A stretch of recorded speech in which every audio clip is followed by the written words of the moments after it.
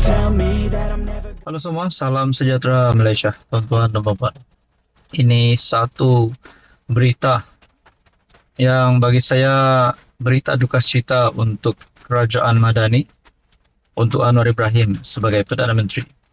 Rupanya, selain serangan-serangan sebelum ini yang diterima oleh PHBN, oleh Anwar Ibrahim, serangan selepas kekalahan PRK Sungai Bakap, serangan berkaitan dengan isu BlackRock, penjualan saham MHB, berkaitan dengan langkah tidak popular penyasaran subsidi diesel, menaikkan harga diesel, dan yang terkini adalah berkaitan dengan keputusan Speaker Dewan, yang dimana ada yang menyimpulkan perkara ini akta anti lompat parti dibakul sampahkan. Menurut satu artikel ataupun perkongsian daripada Syahbudin Husin. Jadi saudara-saudara, yang duka citanya adalah satu tulisan daripada Syahbudin Husin ini yang berkata, Kerajaan Madani ini sememangnya layak untuk terus dibenci.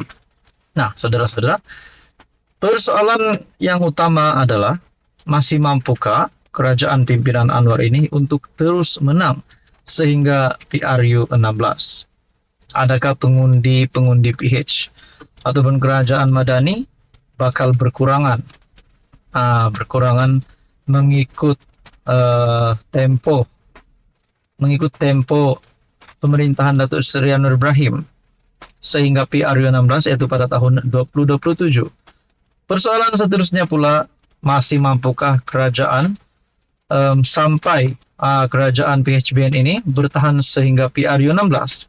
Kalau sudah ada keputusan daripada speaker sebelum ini bahawa wakil rakyat bersatu sebelum ini yang tidak hilang kerusi mereka walaupun mereka sudah berpaling tada. Nah, saudara-saudara, perkongsian daripada Syahbudin pada 12 Julai. Mesej paling jelas dan mudah difahami daripada keputusan PRK Sungai Bakap ialah pengundi mula benci, menolak dan menunjukkan tanda protes kepada Kerajaan Madani.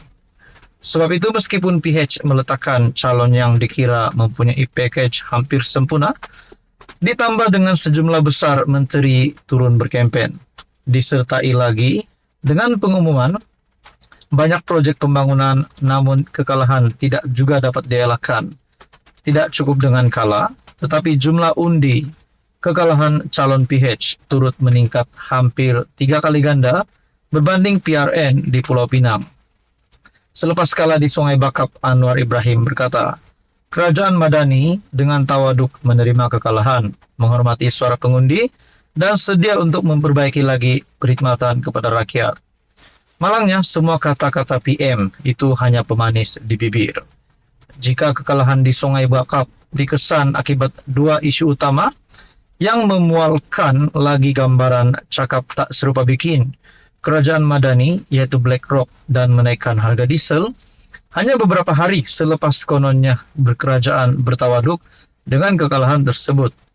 Keangkuhan menunjukkan kuasa sudah mulai dipamerkan dengan membakul sampahkan akta anti lompat parti yang sebelum ini diperjuangkan oleh PH.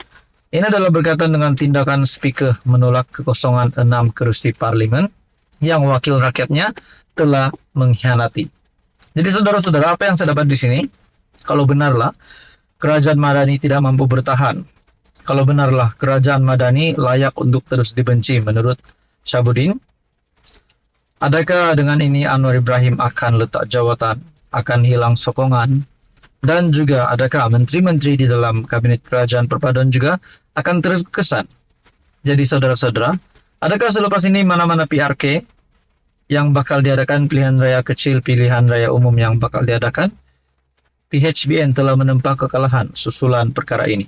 Itu semuanya menjadi persoalan. Namun, satu saja, sebagai rakyat Malaysia, saya mahu kestabilan politik. Nah, apa komen Anda berkaitan dengan isu ini?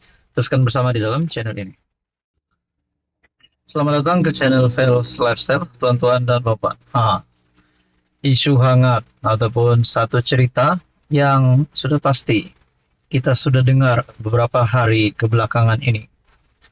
Berkaitan dengan keputusan Speaker Johari Abdul yang tidak mengosongkan kerusi bekas ahli bersatu, yaitu 6 MP yang berpaling tadah ini.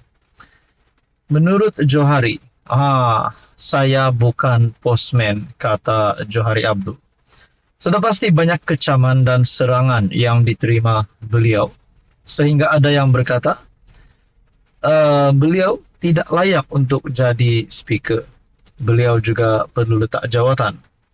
Namun saudara-saudara, bukan itu saja, tempiasnya juga terkena kepada Anwar sebagai Perdana Menteri. Ada yang kata, apa dah jadi dengan kerajaan Madani?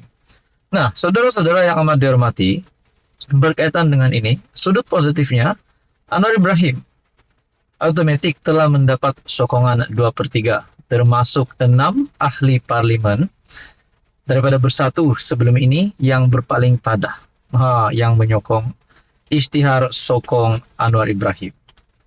Nah, menurut Johari, saya bukan postman. Keputusan tidak mengosongkan kerusi 6 ahli parlimen bekas ahli bersatu dibuat selepas semua perkara dikaji, kata yang di-Pertua Dewan Rakyat Tan Sri Johari Abdul ketika memberikan petua mengenainya di Dewan Rakyat. Beliau menegaskan untuk kekal dengan keputusan itu yang telah dimaklumkan melalui surat kepada Ketua Whip Bersatu yang juga ahli Parlimen Beluran Datuk Seri Ronald Kendi bertarik 9 Julai. Saya sebut saya bukan postman. Bila saya menerima apa juga diberikan kepada saya akan memastikan saya kaji semua sekali. Saya baca kenyataan-kenyataan dalam pembinaan pindaan yang dibuat tentang perkara 49 perlembagaan persekutuan itu. Saya ambil keputusan kekal seperti yang telah saya maklumkan kepada Beluran bahwa kekosongan tidak berlaku. Melalui surat kepada Ronald mengenai keputusan terhadap notis pemakluman kekosongan kerusi 5 MP bersatu, Johari memaklumkan perlembagaan bersatu telah menafikan hak 5 MP itu sebagaimana termaktub di bawah Perlembagaan Persekutuan, Peraturan-Peraturan Majlis Mesyuarat Dewan Rakyat, serta Akta Majlis Parlimen, Keistimewaan dan Kuasa 1952.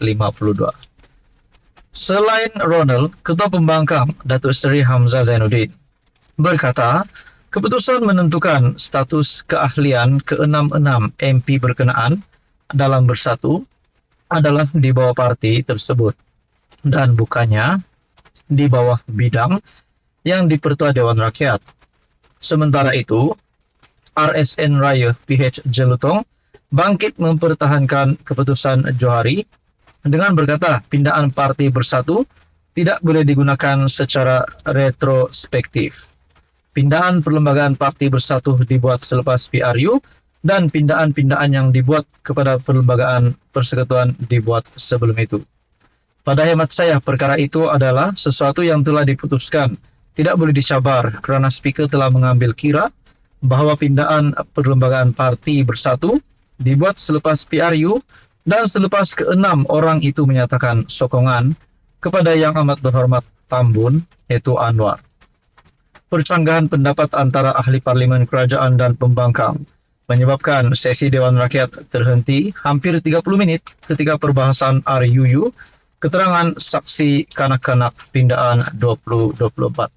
Adakah perkara ini membawa kepada kemarahan Muhyiddin Yassin dan Ketua Pembangkang sehingga terjadi sesuatu di Dewan yang perkara yang tidak diingini? Itu menjadi persoalannya lah. Tapi kita kena elaklah ada perkara yang buruk berlaku. Namun itulah keputusan muktamad daripada Johari Abdul, yaitu tidak ada pengosongan kerusi berlaku terhadap bekas ahli bersatu, yaitu 6 MP yang berpaling tada ini. Apa komen Anda, tuan-tuan dan puan?